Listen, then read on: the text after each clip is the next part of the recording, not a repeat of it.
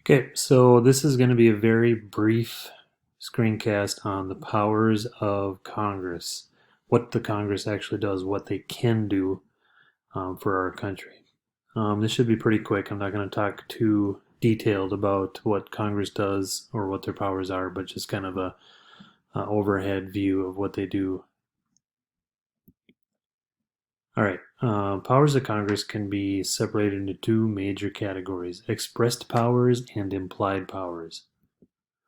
Express powers are those powers that are written into the Constitution in Article 1 about what Congress was supposed to do when the Founding Fathers started our country.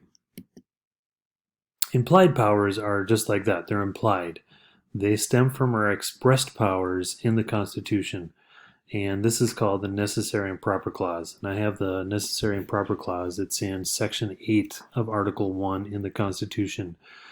To make all laws which shall be necessary and proper for carrying into execution the foregoing powers and all other powers vested by this Constitution in the government of the United States or in any department or office thereof. And that's a whole lot of legal jargon for there's going to be powers that the Congress has that aren't written down but are implied by the written laws.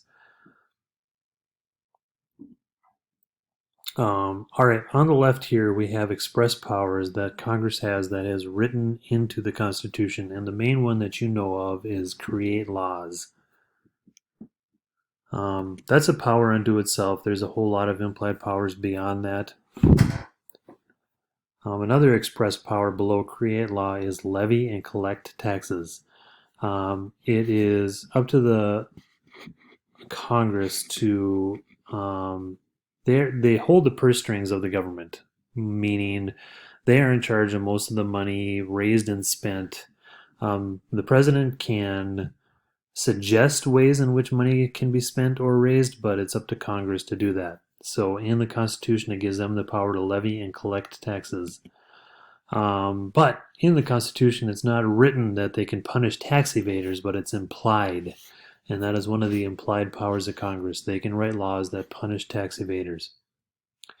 All right, and below that, raise military.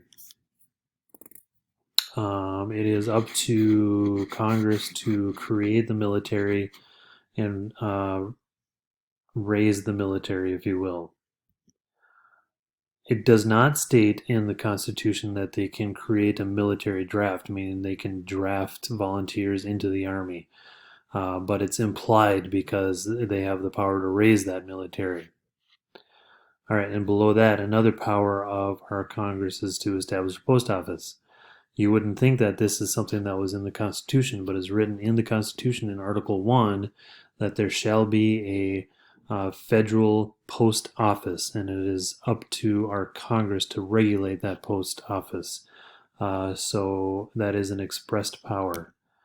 But it does not say in the Constitution about mail fraud, but it's implied since our Congress is in charge of the post offices that they have the power to punish mail fraud.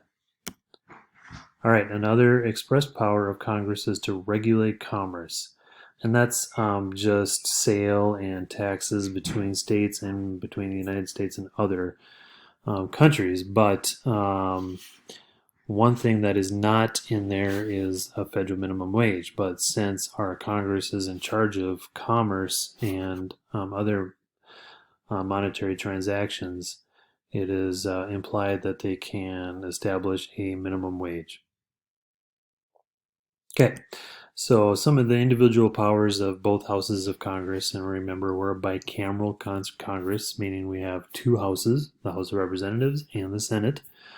In the House of Representatives, all revenue bills originate here. So if there's a revenue bill having to do with raising money for our government, that bill needs to originate in the House of Representatives.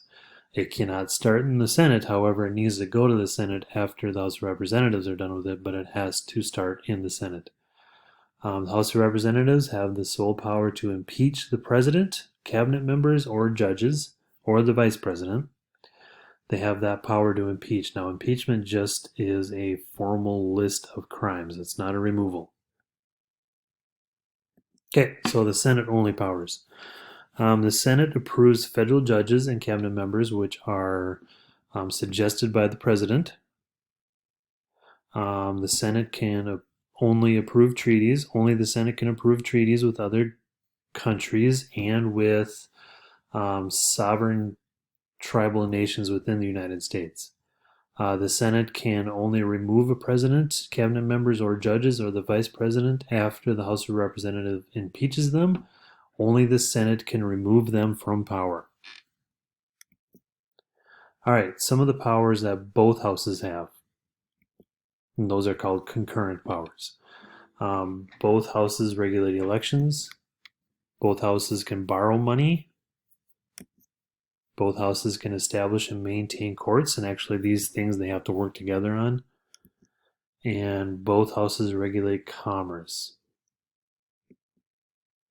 All right, so those are some of the individual and concurrent powers, along with implied and expressed powers of our Congress. Thank you.